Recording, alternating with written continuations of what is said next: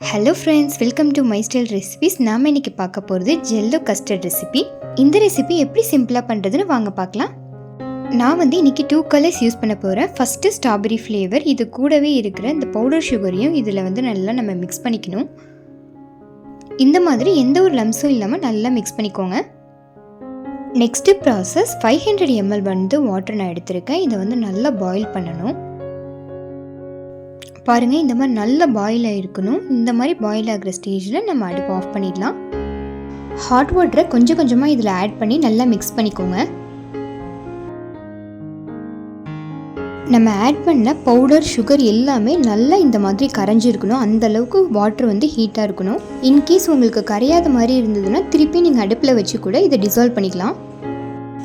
Next ஷேப்காக கிளாஸை இந்த மாதிரி சைடாக படுக்க வச்சுருக்கேன். இதில் நம்ம ஃபஸ்ட்டு ஸ்ட்ராபெரி ஃப்ளேவரை இதில் ஆட் பண்ணிக்கலாம். இந்த மாதிரி ஆட் பண்ணதும் சூடு ஆறுனதும் ஒரு 1/2 hour ஃப்ரிட்ஜில் வச்சு இதை செட் பண்ண விட்டுருங்க. 1/2 hourக்கு அப்புறம் பார்த்தீங்கன்னா இந்த மாதிரி நல்லா செட் ஆகிருக்கும்.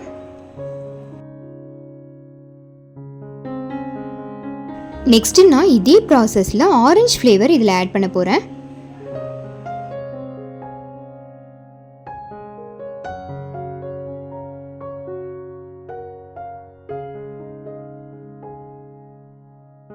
இந்த பொசிஷனில் நம்ம ஆட் பண்ணும்போது ஒரு நல்ல ஒரு ஷேப் கிடைக்கும். அதனால தான் நம்ம இந்த மாதிரி ஆட் பண்ணுறோம்.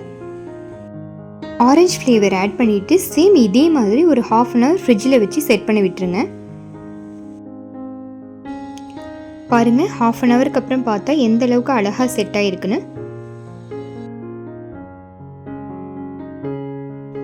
நெக்ஸ்ட்டு நம்ம கஸ்டர்ட் ஃப்ளேவர் ஆட் பண்ண போகிறோம். அதுக்காக நான் 5 tablespoon கஸ்டர்ட் எடுத்திருக்கேன். இதை நம்ம எந்த விதமான லம்ஸும் இல்லாமல் நம்ம இதை நல்லா கலந்துக்கணும். 500 ml பாயில்டு மில்கில் இதை நான் ஆட் பண்ண போகிறேன். இது நல்லா கெட்டியாகிற வரைக்கும் கைவிடாமல் நீங்கள் இந்த மாதிரி கிண்டிகிட்டே இருக்கணும். பாருங்கள், கலர் எந்த அளவுக்கு சேஞ்ச் ஆகிருக்குன்னு. இந்த மாதிரி கன்சிஸ்டன்சியில் இருக்கணும். ஃபைனலாக இந்த மாதிரி பபிள்ஸ் வரும். அந்த ஸ்டேஜில் நீங்கள் அடுப்பை ஆஃப் பண்ணிவிடுங்க. நம்ம செட் பண்ணி வச்சுருக்க ஜெல்லியோட இந்த கஸ்டர்டையும் நம்ம ஆட் பண்ணிக்கலாம். கஸ்டர்ட் நம்ம ஆட் பண்ணதும் இதையும் ஒரு 1/2 hour ஃப்ரிட்ஜில் வச்சு எடுத்துக்கோங்க. அப்போ தான் உங்களுக்கு நல்ல ஒரு கன்சிஸ்டன்சி கிடைக்கும்.